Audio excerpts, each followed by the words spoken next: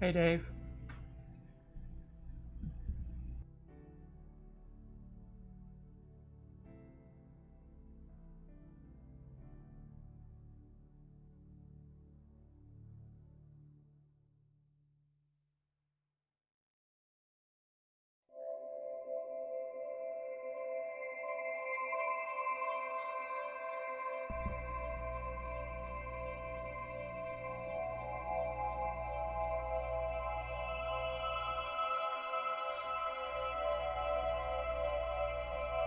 Hey, Ida.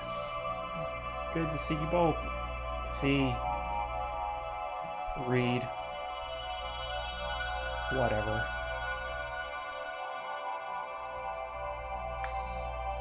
How are you doing?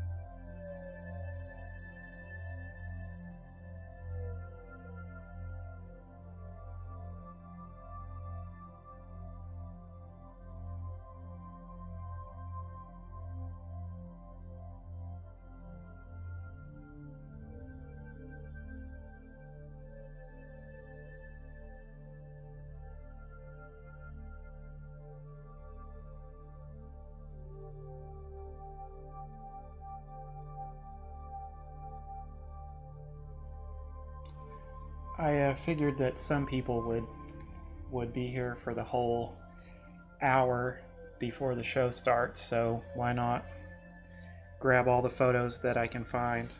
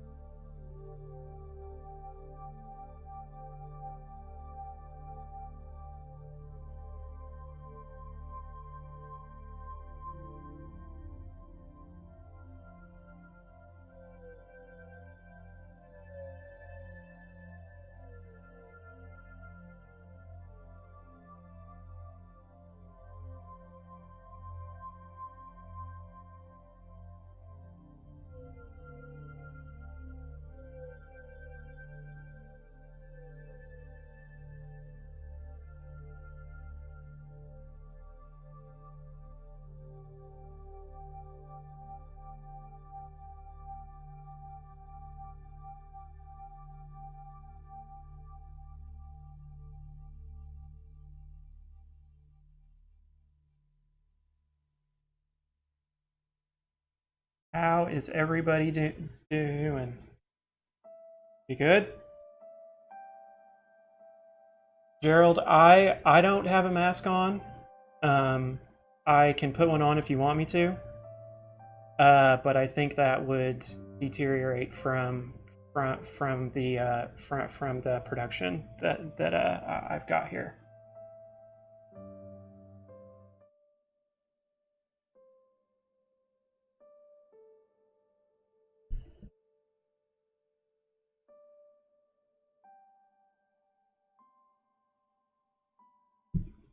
I'm gonna give it another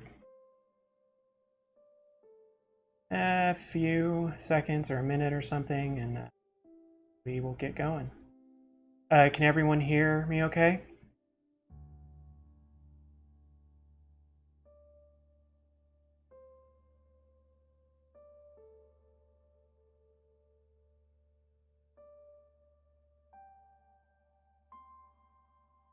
Anyone?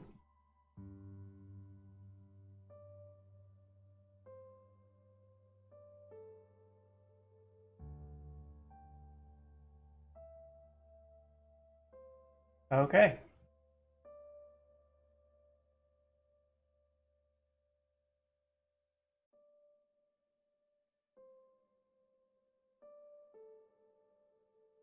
I like all the emojis. Lit, ha, it's have a chat that is nothing but emojis.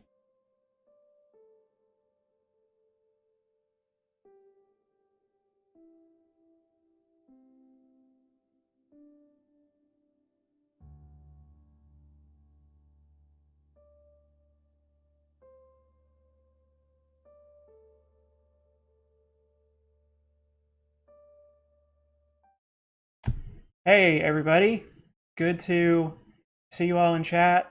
Um, I can't see your faces, but a lot of your profile photos look like you're happy and healthy and safe. It looks like we've got about 26 people here. That's good.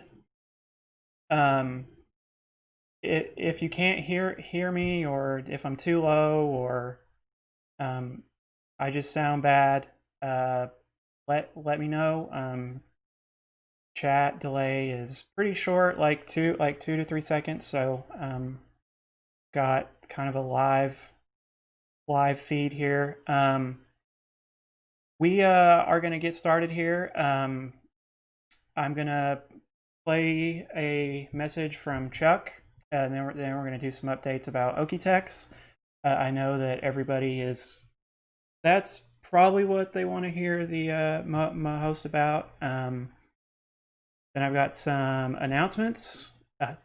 Then I'm going to show you how to find the comet that is flying around, and then we're going to have a presentation from Andy, who's got some crazy new way of turning his nightscape photos into something that looks even better than what he usually is able to take. Pretty good show. I don't expect this to last for too long, but if you've got questions or comments or whatever, type them in chat, and I will do my best to answer them. Okay, so for now, I'm going to throw it over to our president, Chuck. Hi, this is Chuck Rice, president of the Oklahoma City Astronomy Club, bringing you a little message for July.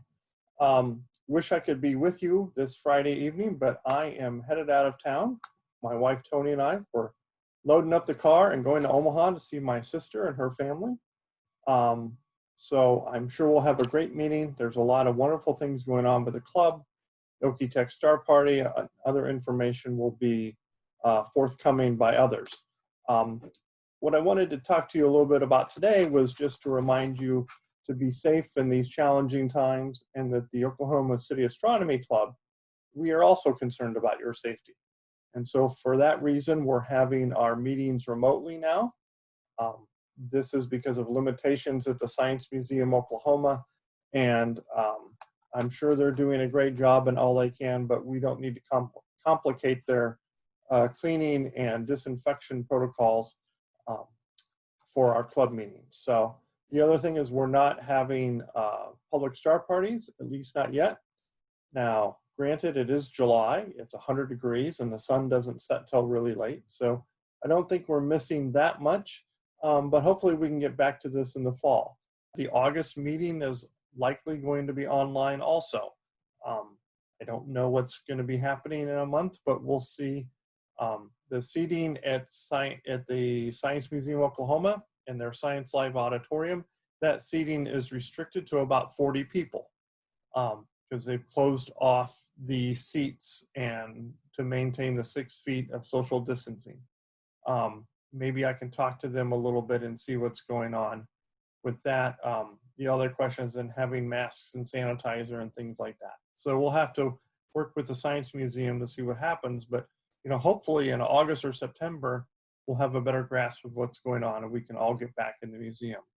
And then lastly, well, not lastly, but the next thing is to talk about Cheddar Ranch Observatory. I was out there about a month ago and mowed. I haven't been out there since, but on my phone, there's an app to the security camera that we have that board members have access to. And I can see out there that there might be, the grass height might be okay, but we need to do some weed trimming around the pad. So if somebody wants to get out there in this 100-degree heat and run the weed trimmer, that would be great. We did get the fence repaired so that the cattle no longer come on the ground. So that will hopefully keep the grass a little bit healthier. And so, yeah, I mean, this is the hard time to be an astronomer in the summer because of the heat and the sun setting so late. But now it's doubly bad because of the COVID-19. So I still want to encourage everybody to get out there and do some observing. Other people are going to talk about observing highlights. There's a cool comet that's coming by. The planets are going to be coming into season. So there's a lot of neat stuff that can be happening. I encourage you to go out to the internet and look at the NASA website.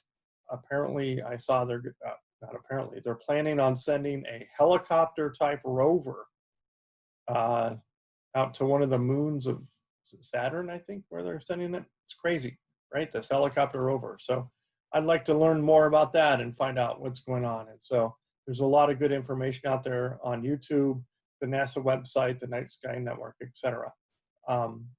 Stay involved with the discussion board. Get out there, get your telescope in the backyard, and have some safe observing. So that's all I have to say for now. I wish we could get together.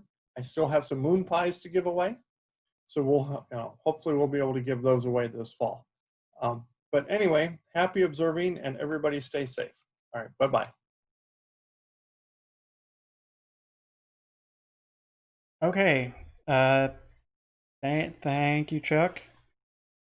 He really loves to talk about the lawn out at CRO, doesn't he? I'm going to talk a little bit more about CRO during the announcements section, but I think that people want to hear from Larry about Okie-Tex, hear where we are on the status of that Star Party, where we are on the status of the building. So I'm not going to waste any more time. I'm just going to throw it straight to Larry, and you can hear all about it. Hi, Larry Beatty here for the Okie-Tex Star Party. I've been asked to say a few words about the status of the Star Party and the status on our new building up at Camp Billy Joe. As you know, COVID-19 continues to be a major health risk for everybody throughout the country, especially us older amateur astronomers. Right now, the Oklahoma City Astronomy Club Board is working with the Camp Billy Joe Board to make a final decision by August 11th if the Star Party will be held. There's concerns both on the Star Party goers as well as the Camp Billy Joe community. up there. They've only got a couple of COVID-19 cases, and they don't want 500 people coming in, potentially bringing a surge up there in that area. So all of these things are being taken into consideration. If the Star Party is held, we will have rules put into place to safeguard everyone involved, such as everybody will be expected to wear masks inside the buildings. They'll expect to be social distancing during talks, meals, and going around to the vendor tables. We'll have more portable toilets for everybody to use. Shower schedules will have to be staggered, so we only have so many people in the shower areas at a time. The bunkhouses will be probably cut down to about 4 people in a bunkhouse, so that we can keep everybody, social distancing, safeguards in place there. So this actually may be the year of the RV. So just stay tuned on that. A final decision again by both boards will be made by August 11th, so that we can have a month for everybody to still decide if they're going to come up and attend the Star Party if it happens. The other thing I want to talk to you about was the exciting news about our Camp Billy Joe building. We have got the underground plumbing installed. Everything's been approved and permitted, and the slab has been poured, and actually the red iron structure of the building has been put up. So our contractor up there is working very hard to make sure that by the end of July we should have the building fully installed. Once we get that done, we'll hopefully have the month of August to get electrical done, air conditioning, and get the restrooms inside up and running as well. So, we're making good progress there. Hopefully we all get to go up in September and use it and see the new building. If not, it'll be ready for next year. But, we are making good progress there. So please stay tuned check the website and make sure where we're at on the COVID-19 issue.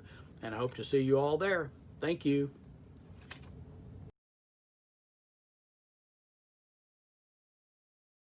All right, yeah. So that picture that was there in the corner was of the metal frame that is now up. So the building is going up. Ironically, if there was ever a year for Okie-Tex to be held in a drafty, open-walled tent, this would have been the year. But hey, who knows what's going to go on? We are going to make that final choice on August 11th. So we will see. Speaking of Okie-Tex, you can still register for it right now. We have 79 registrations. That is 96 adults and 6 kids for a total of 102. That is overall average above what we usually are, but it's below what we've been for the past 3 years. Does that make sense? No? All right, good. Yeah, so by the time of the next club meeting, we will have made a final decision on whether or not it's go or no go. I know it would be a total bummer to cancel that, and let's hope for the best. Okay, if you are new around here and you need to get in touch with us, or maybe found this stream on Twitter, or it got sent to you and you don't know where to find us, you can go to our official site at okcastroclub.com. We are on Facebook and on Instagram as well. So all those places are good choices to get in touch with us. If you want to communicate with us, we generally prefer if you use our web forum that you can find at OKC Astro Club It's along the left-hand side, and you can sign up for that. We have had some people that have had issues with passwords, so if you run into that, then you can email our webmaster Dave, and he can take care of that. That is webmaster@okcastroclub.com. If you've got questions about the forum or about the website or anything like that, Dave is the guy to talk to. Likewise for Okie-Tex. If you don't know what Okie-Tex is, subjectively it's the best star party in the world. Objectively, Astronomy magazine said we're in the top 7. It takes place out in the panhandle of Oklahoma, in the September to October range, depending on the weather and the new moon. We take over a youth camp called Camp Billy Joe, and we spend a week or a little over a week just staring at some of the darkest skies in Oklahoma, or not just in Oklahoma, but in the region.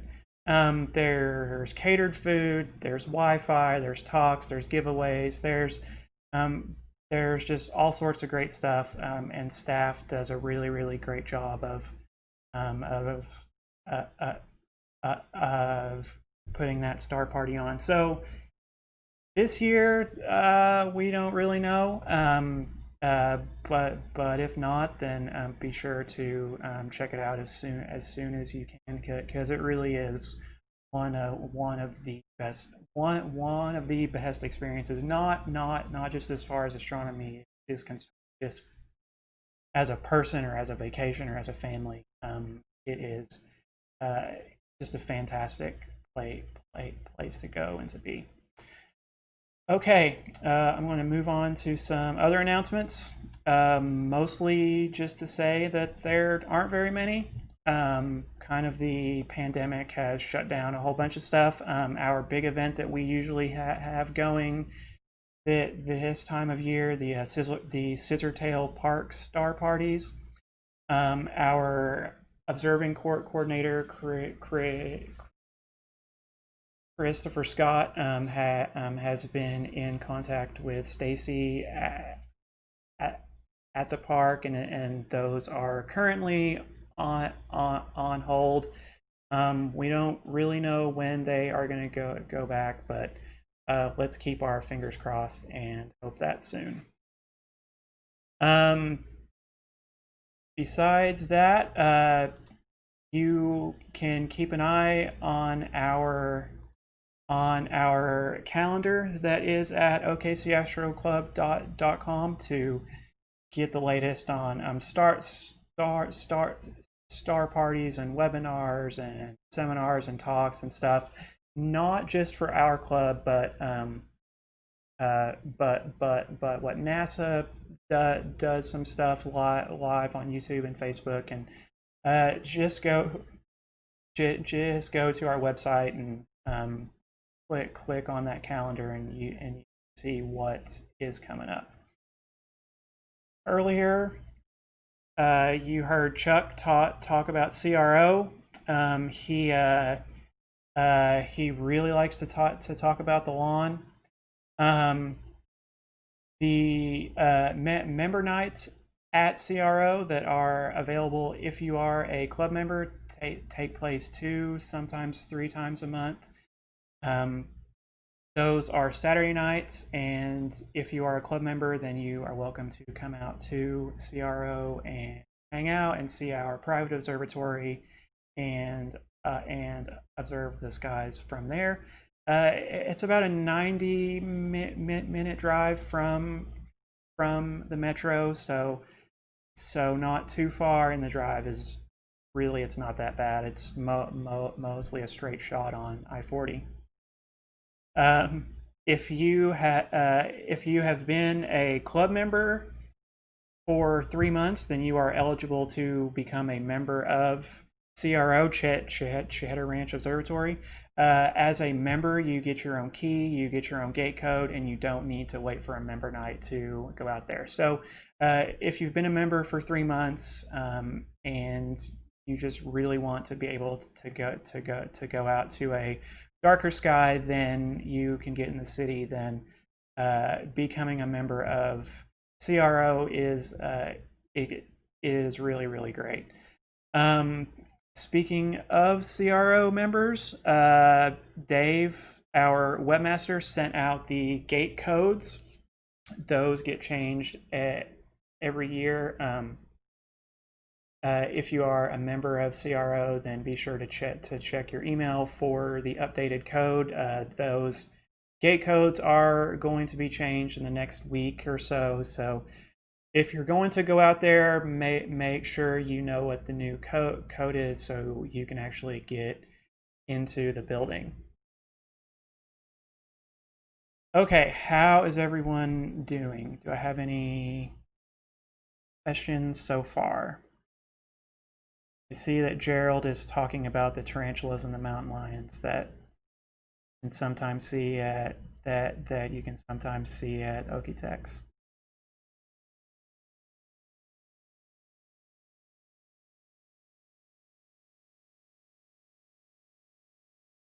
Okay, so if you've got a question about anything I'm saying, feel free to just post it in the chat, and I will try to get back.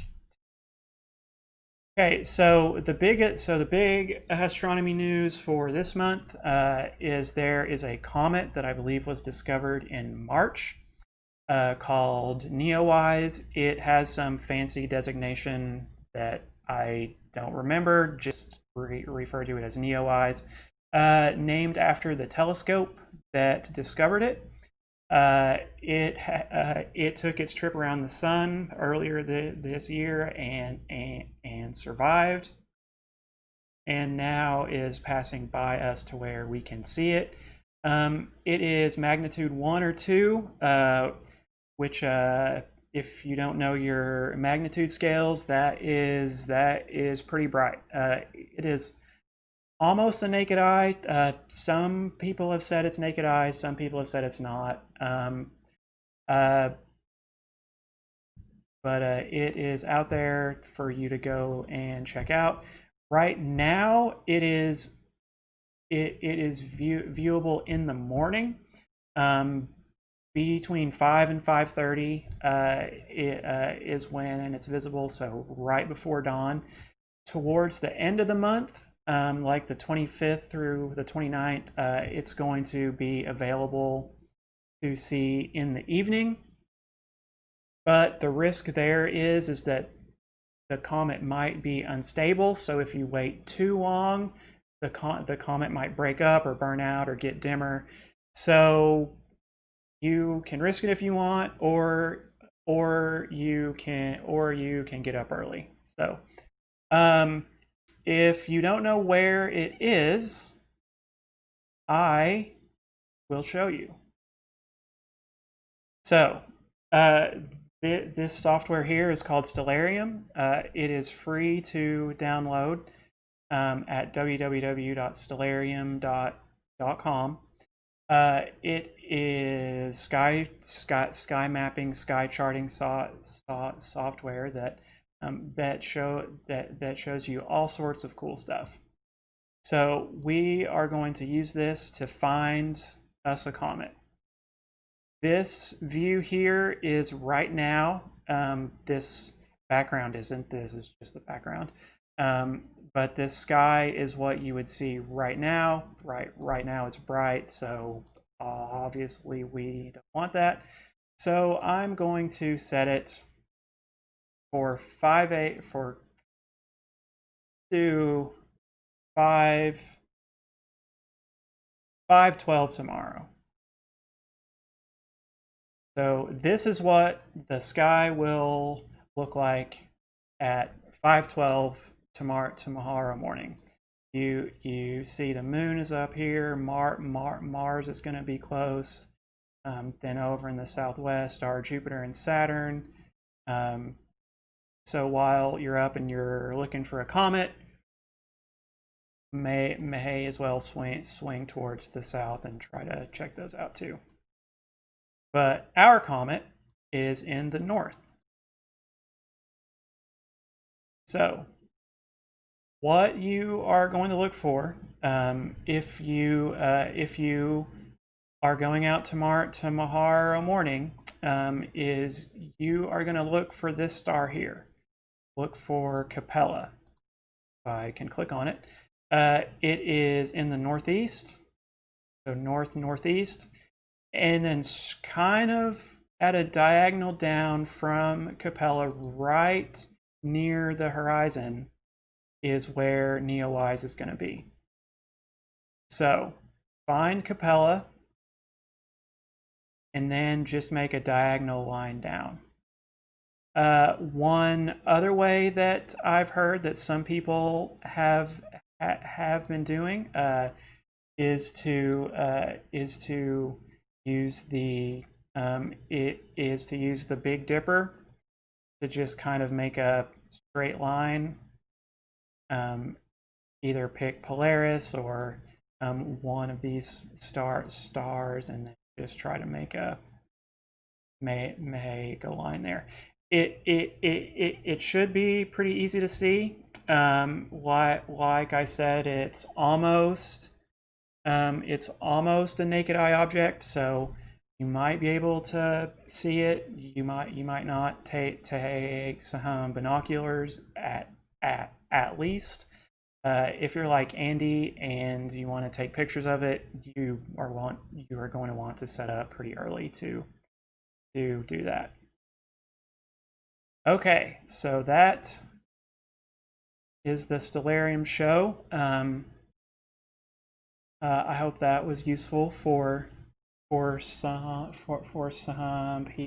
people. Okay, I see that Jackson has a question. How long of exposures do you think is possible at 480 millimeters on this comet? What do you think, Andy? You got any thoughts on that? Oh, on the comet? On trying to take an exposure at 480 millimeters. At 480 millimeters, trying to take a photo of this comet, you will need to have it on a tracking mount. You're going to need to have it on an EQ mount preferably, because at that great of a focal length, your exposure lengths are going to be pretty limited to maybe 5 seconds at the most. You're going to get star trailing pretty quickly. You can do it if you take some really short exposures and just see what you get. But I would really recommend. Does say he's going to be tracking. So, well, good deal. I recommend tracking mount, but you are going to have an issue because at that focal length, if you're tracking just with the stars, the comet will blur after about 30 seconds to a minute. So try to take a stack set of maybe 15 or so images for the star field, and then try to track on that comet, and then take another 15 or so images on it, and then you can make a composition later and have a perfect photo. Right. Trying to take photos of comets is kind of trickier than other astrophotography, because what you generally want is you want a picture of the comet, and the comet has a big beautiful tail or a halo, and you also want the stars to be stationary.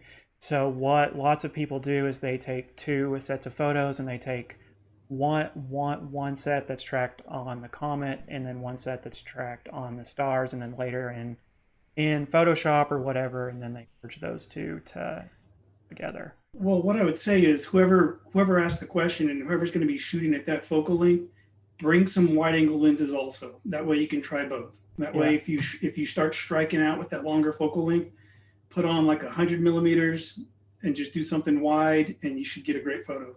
Yeah. Yeah, Harold Taylor here says, you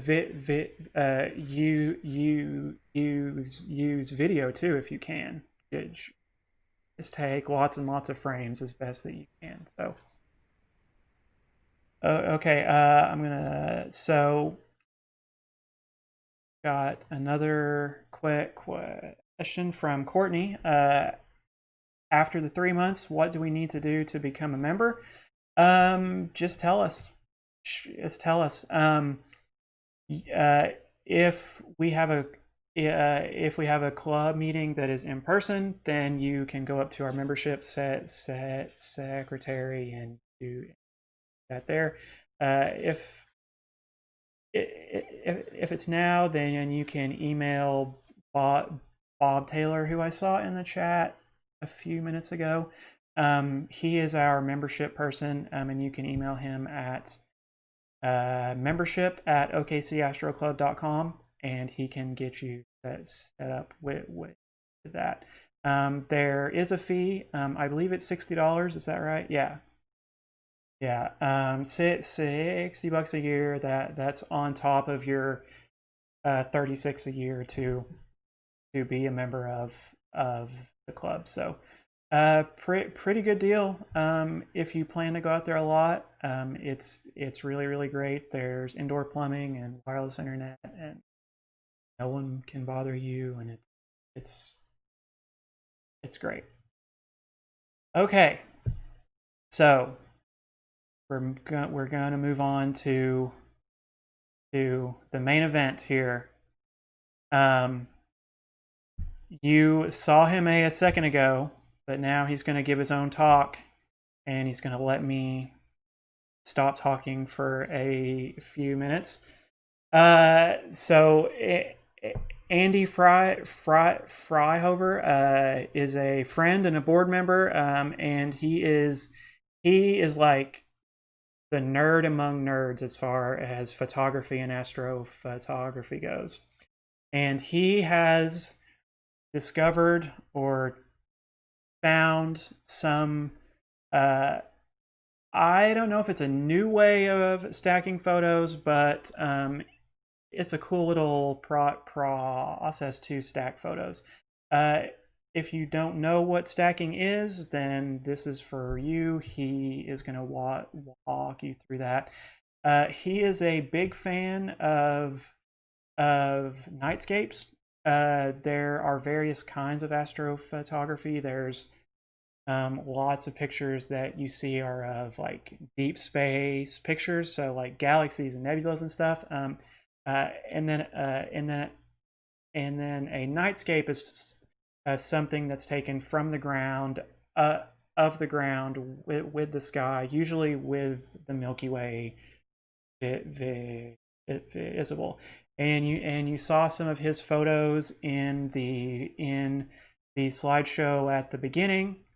But he is going to walk us through how he created one and give you some tips and tricks about how you can do this yourself. This will be great if you're new and you don't have a telescope yet. This is a great way to kind of dip your toe into the waters. So, without further ado, I'm going to turn it over to Andy and get this going.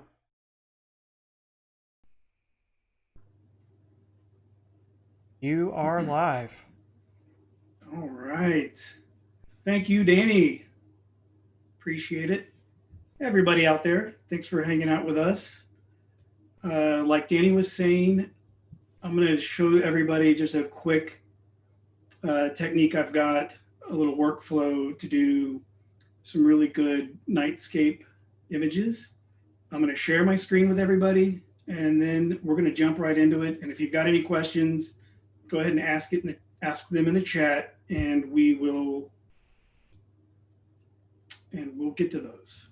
Give me just a minute here.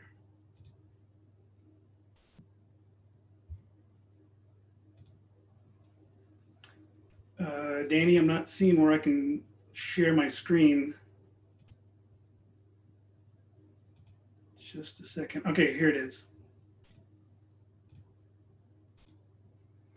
All right, here we go. So let's jump right in. What we have here are, we're going to use 4 images that are just taken out of a time-lapse clip that I took on a recent trip to this little mesa church in a very dark sky location in New Mexico. These are just 20-second exposures, stationary tripod, f2.8, ISO 6400.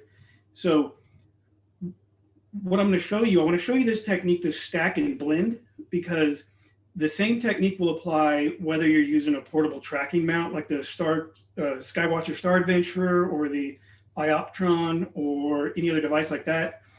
Or if you're getting really fancy, like Christopher brought here with him, an EQ mount actually to do nightscapes with. So what I want to show you is that you don't need a lot of equipment. All you need is a good tripod and a camera, and you can get out there and take some fantastic nightscape images. And I want to help you get better because I want to see you guys get out there and take great photos. So here's the problem. Okay, we look at this image, first glance, it looks pretty decent. It's not bad, right? It was a very dark sky location. We've got beautiful Milky Way going on here. But when we zoom in a little bit, we can see when we look at the church and the foreground and everything down here that we don't have a lot of crisp detail, and we've got a little bit of noise going on here. And also up here, we can see a little bit of noise and just not a lot of detail. And also, the reason I want to stack these is not just for noise reduction, but we want to try to increase the signal to noise ratio. And so there's more good, clean data there to where when we do start making some adjustments to this final photo, you'll be able to pull more detail out of it and without the photo falling apart. So here we go. First up, let's take these 4 photos. Oh, I always say you're going to need about 3 photos minimum for this stacking technique, because, for example, if an airplane came flying through this nightscape while you're busy, while your camera's running, you're taking photos, you're going to need about at least 3 for the algorithm to average them out. So I usually stick to about 3 to 5 so the stars don't move too far and the blending gets difficult. But yeah, 3 to 5 range is good. So first off, let's jump into Photoshop, and we're going to open these 4 photos. And the reason we're going to do this, I'll show you. We're only going to make a couple of minor adjustments here in Photoshop to these photos. We're going to open it up in Camera Raw. We're going to select all of our photos. We're just going to fix the lens correction here. So it flattens the image, takes away the vignetting, and take down sharpening. For some reason, Camera Raw always wants you to automatically sharpen it. But that's it for now. Don't make any other changes for now. We don't need to. We can make changes later. Now we're going to save all 4 of these as TIFFs, uncompressed TIFFs. And I just made a little folder here in the same folder location. So here we go.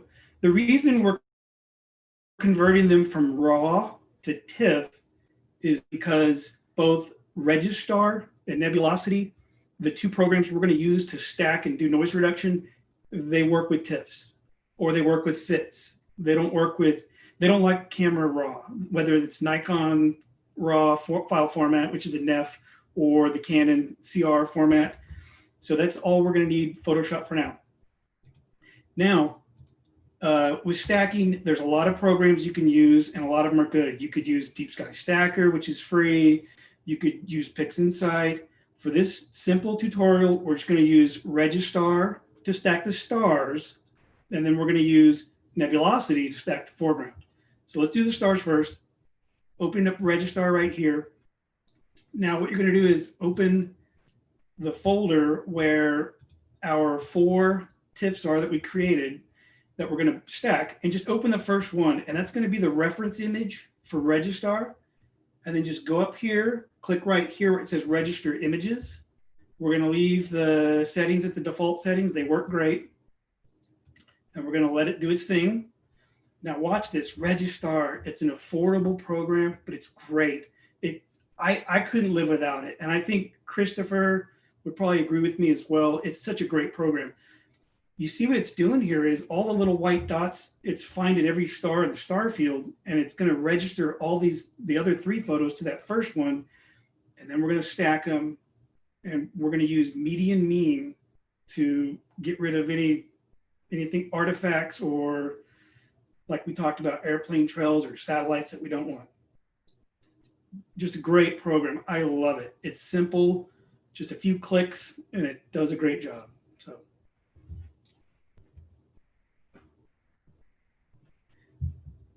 So if this technique we're doing tonight is what I use for nightscapes, but if you are shooting off a telescope mount and shooting through wide field telescopes and you're not taking calibration frames, you can do this technique that way. Also, it works great. So we've got our 4 images registered. Next, we're going to combine them. So go up here to where it says combine images. We're going to select all images, and then we're going to choose median mean. That's what works pretty well for me. And then just okay. So now here we go. We've got all 4 of our star field images combined. Now on this, the foreground's going to be a little bit blurry because remember, Registar was registering the stars, which are moving each frame. So we're going to crop it a little bit later, and the foreground's going to be blurry. Let's not worry about that now, but we're going to save this as an uncompressed TIFF. We're going to call this our stars, obviously. And it's going to be saved as a TIFF. And we are done with Registar. Now, we've got our stars taken care of. Let's open up nebulosity.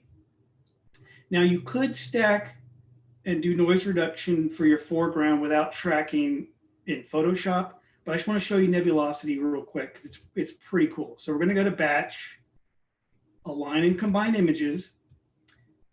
Now we're going to, for our alignment method, we're going to choose none because we're just doing the foreground, and we're not going to need our fine-tuned star location. We don't need that. So under stacking function, we're going to start off just using average because standard deviation filter 1.25 and then standard deviation filter 1.5, and it keeps going up. They get more aggressive with the noise reduction.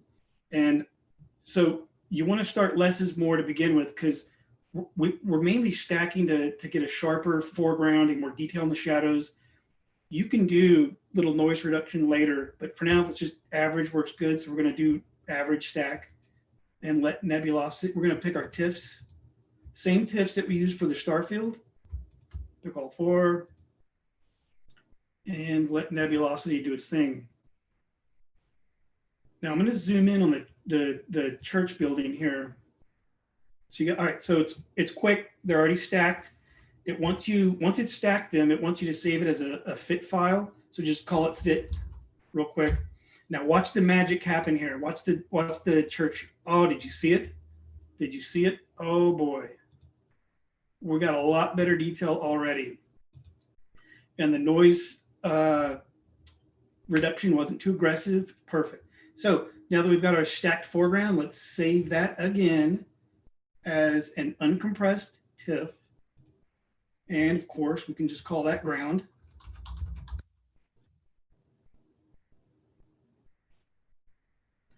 And we're done with nebulosity. So now that we've got, and we can take a quick look here. We can compare just really quickly again. All right, so this is our stacked foreground.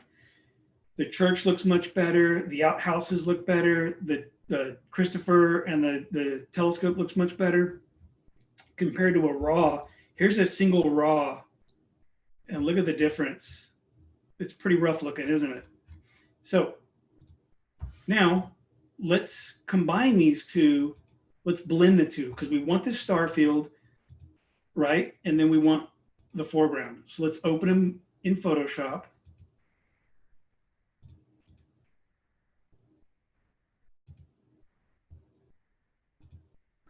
All right.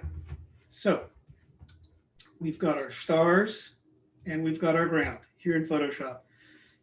Let's go ahead and take our ground image. We're going to select all, we're going to copy it, and we're just going to paste this right on top of our star field. All right, and I'm going to click it on and off again so you can see it. Oh no, okay. So stars look good. Now the foreground looks good. We got a problem here, don't we? Well, first off, we're going to blend these. Let's go ahead and before I go any further, I'm going to go ahead and do an alignment real quick. Just auto align the layers just to kind of get our foregrounds stacked on top of each other a little bit better. Now let's check that. A lot closer, so it'll be easier for us. Okay, what we're going to need to do now is we're going to create a layer mask.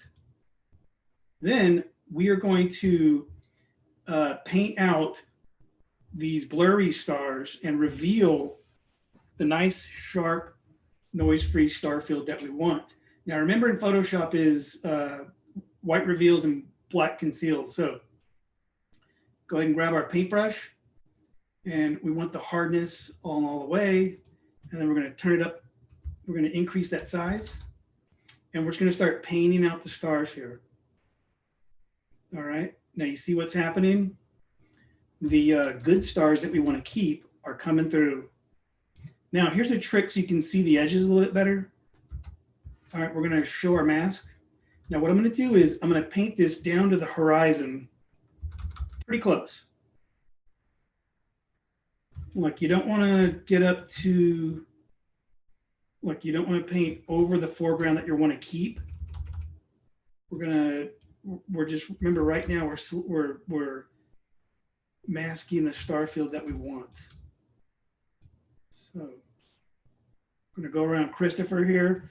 Oh, by the way, he was using his headlamp to illuminate the church so he could blend the foreground. So it looks really cool later for his nightscape, in case you guys wondered what he was up to. I'm going to go ahead and there we go. Now we could take our time and get a little bit closer, but for what we're doing here, that's good enough to show. All right, so I'm going to zoom in, and you can see we've still got to clean up this edge. So here's how we do that. We're going to right click our mask, and we're going to go to selected mask. Now I'm going to take a minute here, and I want you guys to look at my settings over here, because these are a really good starting point. And these are the settings that work for me when blending the sky with the foreground. So with edge detection, you're going to look at 1 pixel. You're going to smooth it at 1, feather 0.2 pixels, contrast about 14, shift edge -2%, which means it's going to shift it down just a little bit. And then we're going to zoom back in. And do you see my circle here? That's my brush size. We're going to get that just big enough to where I can kind of paint along the edge of the 2 layer masks. And watch what it's going to do here. It's going to refine that edge to where it looks really natural. I'm going to zoom in here at the church so you can watch this. You see the blurry stars right up against the edge? Watch what happens here after I paint this.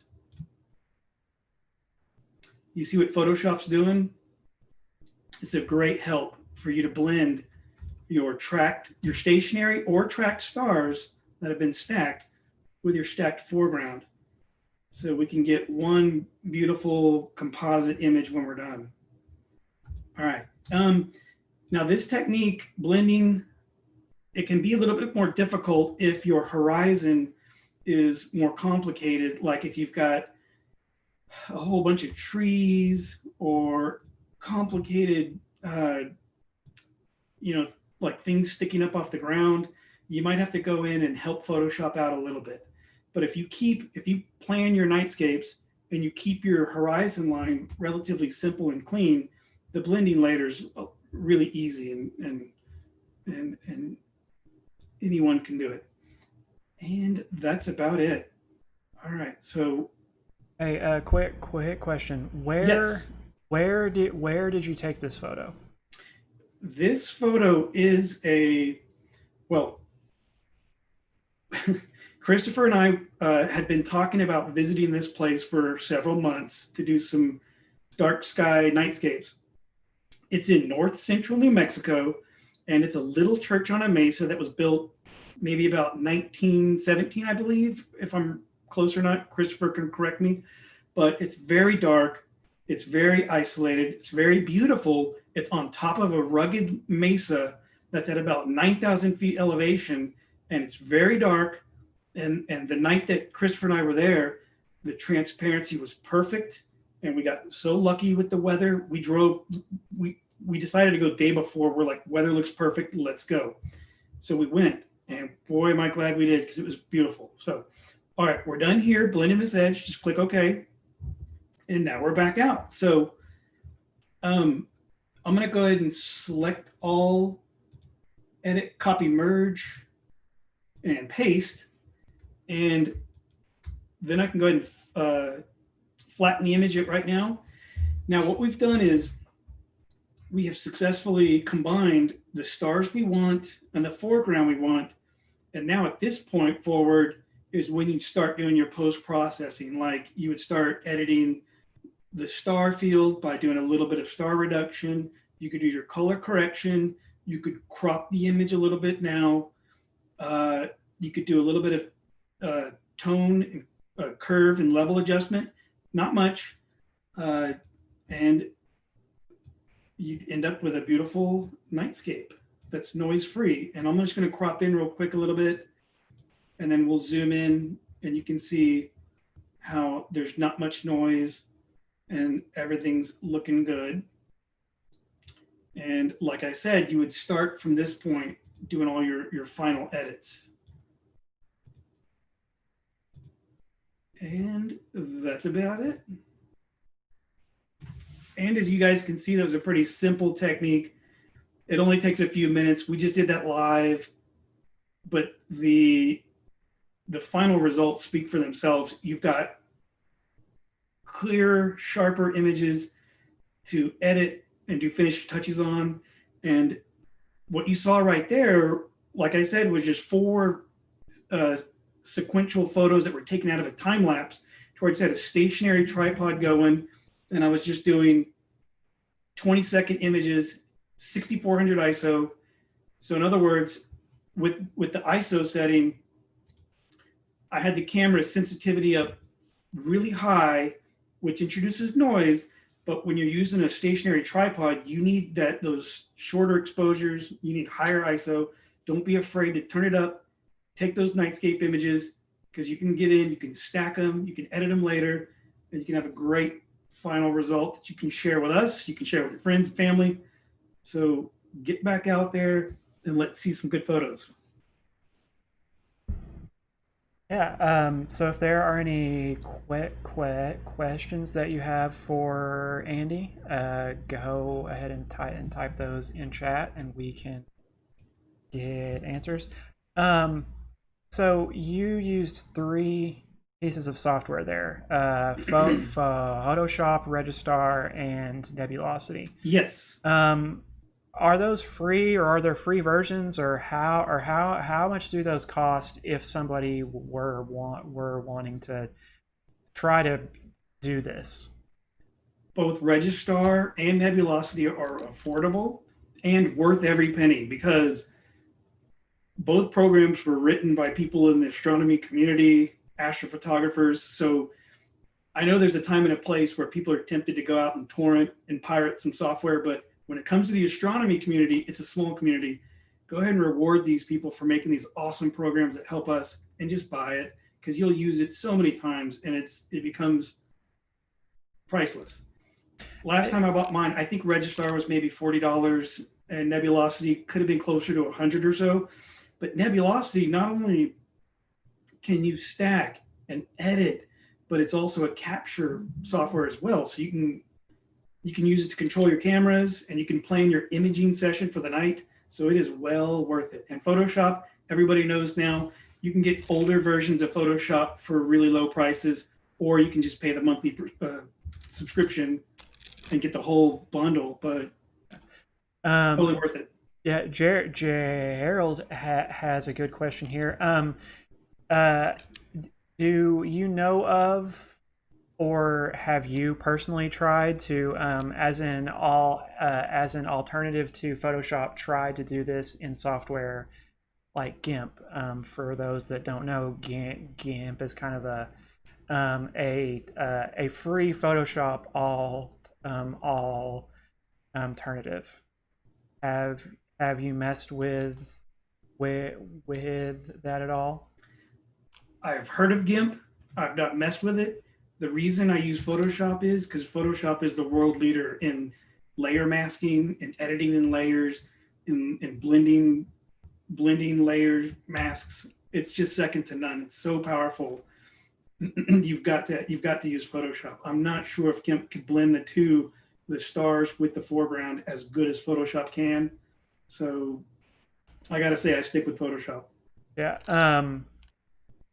So I use Photoshop too, and I use a lot. I use a lot of the other apps, and that's really a good service to have if you're like you or me and that needs those apps. I think if you just want Photoshop, it's what, like $10 a month, $20 a month, somewhere around. Yeah, it's not much. It's really affordable. Yeah. So this process of stacking photos and that you used for your nightscape, could you translate this into doing the same kind of process into deep sky objects, and not just for nightscapes? So like if you just are starting out, you've just got a tripod and a camera, you start out on nightscapes, and then there's this progression, right? You start out with nightscapes, and then slowly you move on to trying to take a picture of a comet or of a deep sky object. Would these tools that you show here, would they help to follow you along that path, and that we see so common with astrophotography? Absolutely. And I do. Like a lot of times you don't want to, or you don't have time, or you can't take calibration frames. And a lot of times now, all the cameras are so good where you really don't need them, especially if you dither. So if you're doing deep sky astrophotography and you're guiding through PhD, you can dither between each frame that you capture. And dithering is when you shift a pixel or two over each frame. So when you stack all the frames later, your problems like hot pixels and color model and noise are just tossed out because you've been shifting it around, and the real signal to noise comes through. It's amazing. So you don't, and especially if you're shooting through long focal length telephoto lenses, you can fix the vignetting and barrel distortion through camera raw. So it's great. It's easy, especially if you've stepped up from a stationary tripod and you, with the next step, you got a portable tracking mount. I do it all the time. When I go to star parties or whatever, I'll have the telescope running off the EQ mount, guiding and all that. And then I'll have my portable tracking mount going with like a medium focal length telephoto lens, say maybe like 100 millimeters, 135 with the Rokinon, something like that. And I'll be taking 1 minute or 2 minute exposures unguided with the star tracker. And I'll take 20, 30, 40 images through that. And I'll stack it this exact same technique, and I'll get great signal to noise, all that. And then I can edit that later. You bet. Quick, okay, simple way to get good results. Okay. I've got a comment from Bob Taylor here. Says he has done what you just showed us using Photoshop elements. That is, I don't know if it's free. Is it free or is it cheaper? Not sure. A quick Google will probably answer that. Yeah. But that is a good choice to try to mess around with if you're interested in this sort of thing. So just to summarize it, it's a simple process. Okay, just step one, if you're shooting through a DSLR or if you're shooting with a dedicated astro camera, you're going to be shooting in fits and you're going to be doing it a different technique. You could use deep sky stacker and you're going to take your raws, you're going to take your darks, your flats, your bias, so on and so forth. But remember, if you've got DSLR, you're shooting in RAW, and so you're going to need to open it in either Camera Raw or you could use Lightroom. Just you want to open the RAW files, do the lens correction only, and then save them as TIFF. Then you've got your 3 to 5 TIFFs. You're going to stack those, the star field, and you could use Registar to do that. You could use Nebulosity to do that. You could use Deep Sky Stacker to do that, or you could use PixInsight to do that. Like I said, I just like Registar because it's quick and easy. And then it's simple. Once you've stacked your stars, you've got that handled. Then you want a stacking program that can stack the foreground without tracking the stars. And once you've got that, you've got your 2 images you need, and then you simply just need to blend them, and you've done the work. So that's the basic process. Yeah, Bob says that Elements is about $80, but it's a one-time payment and not a subscription. Oh, good deal.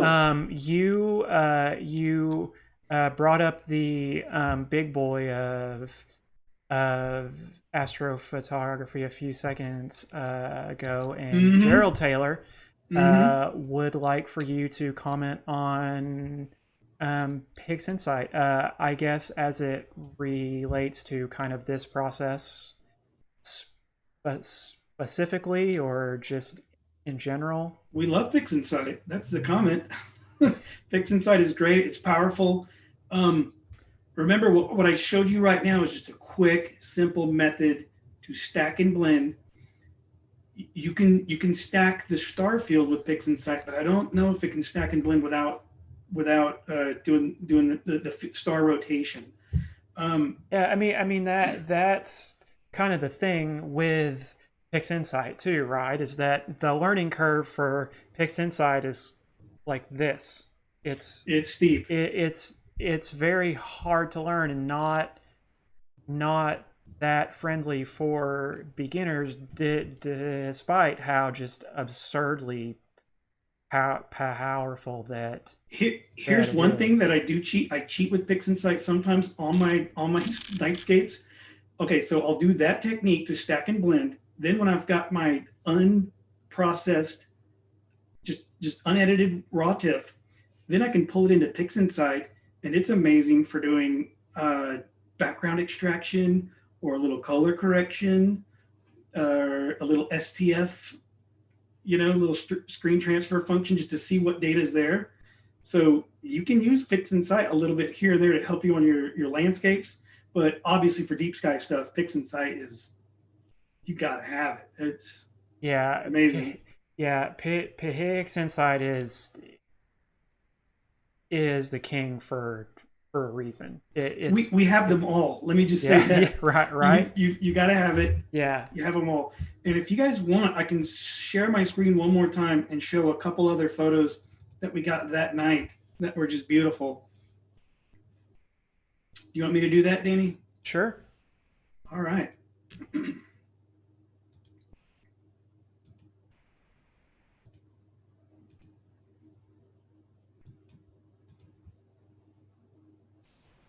So like I was saying, that night, Christopher and I shot this little church all night long and just really worked hard and had a bunch of wonderful photos from it. What we're looking at here is what I call just a really simple stack and combine. I had my star tracker, star adventurer. This was shot at 20 millimeter focal length. I think, and it was a 1.4 lens, was a fast prime, but I stopped down to like f3.2 or f4, and I got my composition, and I got my star tracker, star adventurer polar aligned, and these were 3 1-minute exposures tracked for the star field. And once I had gotten my 3 tracked 1-minute exposures for the stars, I switched off the rotation and took the foreground stationary.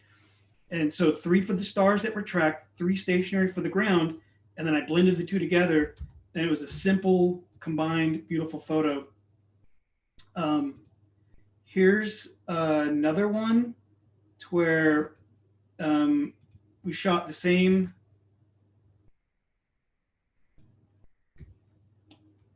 church, but at a different angle and at a longer focal length.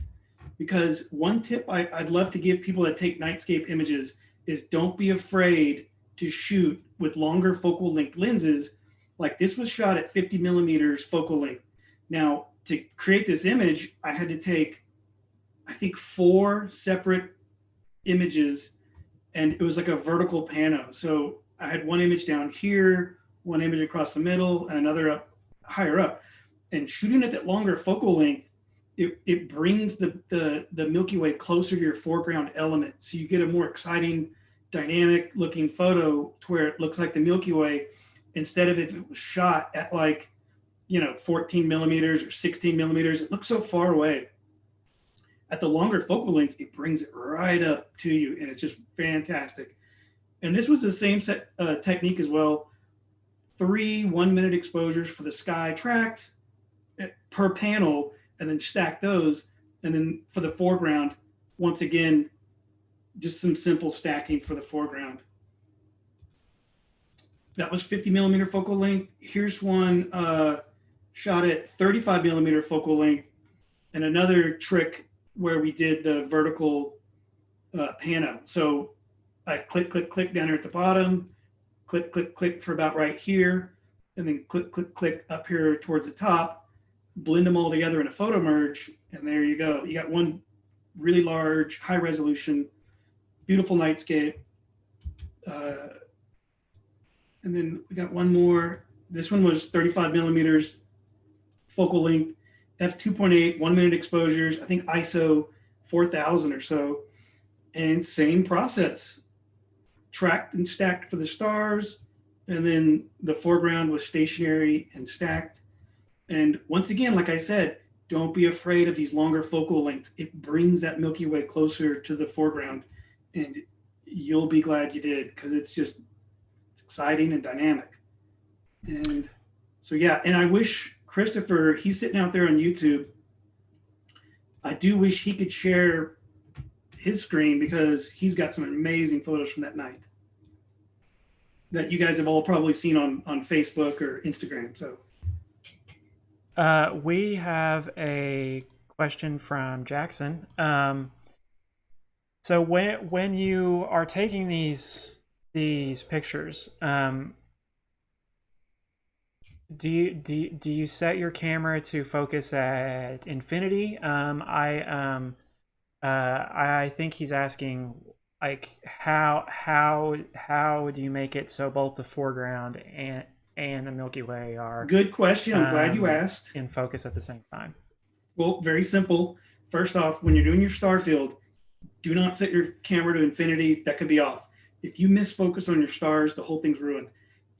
We use live view in the back of our DSLRs, and we zoom into the star field, get about a medium or bright star, and get that lens in focus manually, and then tape it down, take your stars, and then when you're ready to do your foreground, refocus on the foreground subject. And also, you could stop down a little bit more. So if you're shooting your stars at like f2.8, like a faster focal length or faster f ratio to pull in all that light, you could stop down for the foreground to like f4, f5.6, and get more in focus for the foreground. Good question.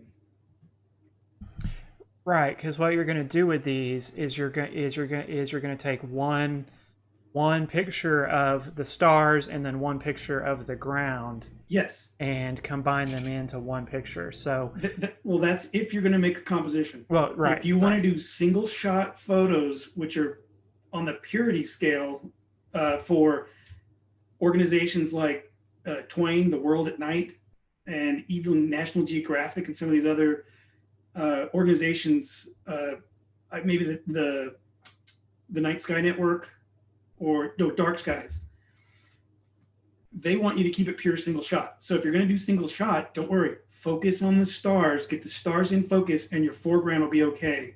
your foreground will be still in focus because of hyperfocal, the trick. So you'll be fine. But if you miss the stars, the whole thing's ruined. Got to get the stars. And you can't just set it to infinity. You've got to confirm it by doing live view and zooming in. And if you don't have that option, you can look through your viewfinder and do manual zoom, manual focus, and then tape it down. Because if you just bump it accidentally while you're taking your sequence and mess it up, you're going to be upset later. Yeah, don't be afraid to take a 2-cent piece of tape to your Gaffer's tape. Yep. $3,000 camera. Do it all the time. I do too. Hey, well, it is 10 minutes after 8. I think we are out of questions. So thank you, Andy. That was very informative. You're welcome. Thanks, Danny, for hosting. If you have more questions, or if someone wants to see your photos, where can they go? I'm on Flickr. You can just look me up. Look me up under Andrew Fryhover on Flickr. Okay. But also, I like to share. I like everybody to get better. I'm not in this to just try to be Mr. Show Off. So we're available, and we like questions. I can't say this enough. Cheddar Ranch Observatory. It's pretty dark out there. It's not Okie-Tex dark, but it's pretty darn dark. You can see Milky Way naked eye, and it's only an hour away from Yukon. So get out to Cheddar Ranch, practice, and get your techniques, get familiar with your cameras. That way, when you do go to Okie-Tex or Texas Star Party or the Grand Canyon or Big Bend National Park, these truly dark places, you're not out there in the middle of the night fumbling around with your camera, wasting precious time. I call CRO our little training facility. So I want to see everybody out there more and use that great place we've got. Right. Well, hey, thank you for coming, Andy. Thanks, Danny. Okay. Well, everybody, I think we made it through this club meeting.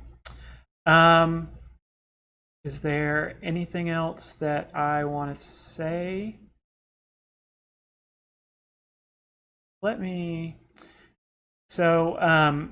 If you have any questions or feedback about this virtual kind of meeting, or anything about this, or questions about the club, or anything like that, then you can email me at editor, editor, at okcastroclub.com. If you have a message for our president or a vice president, the email address is about what you would expect. President at okcastroclub.com, vice-president at okcastroclub.com. Before I go, I mentioned this earlier, but if you've never been to our website, it is okcastroclub.com, and you can go here. Here is our calendar to see all of the events that we have, or maybe right now don't have going on. If you want to go to our discussion forum, then that link is right here, and you can sign up for that, and you can talk to us on there as well. Every month we put out a newsletter. Right now it is online only, because who needs to print things right now? You can't go anywhere. So that is right here. Can go and you can read our newsletter and see some words from our president, and things that are going within the club, and then some space news and that sort of thing. If you liked the Stellarium show from earlier, there is kind of an expanded version in this, the July Sky, that will give you a little more on how to find that comet. And then this month there are some planets and some fun stuff that you can see there as well.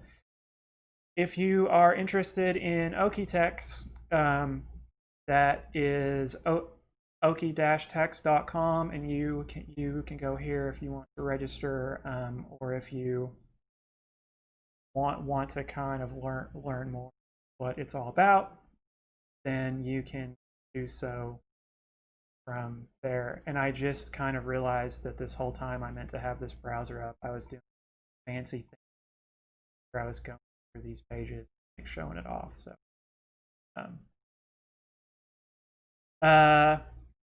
but yeah, go to okcastroclub.com or okie-tex.com to get more.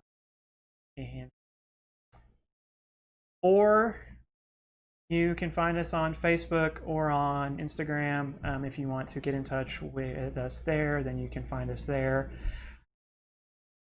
This YouTube show will be posted on our YouTube channel sometime after it's done. I'm not sure how long it takes. Like when I click the end stream thing, the Google has to do some stuff before it's live.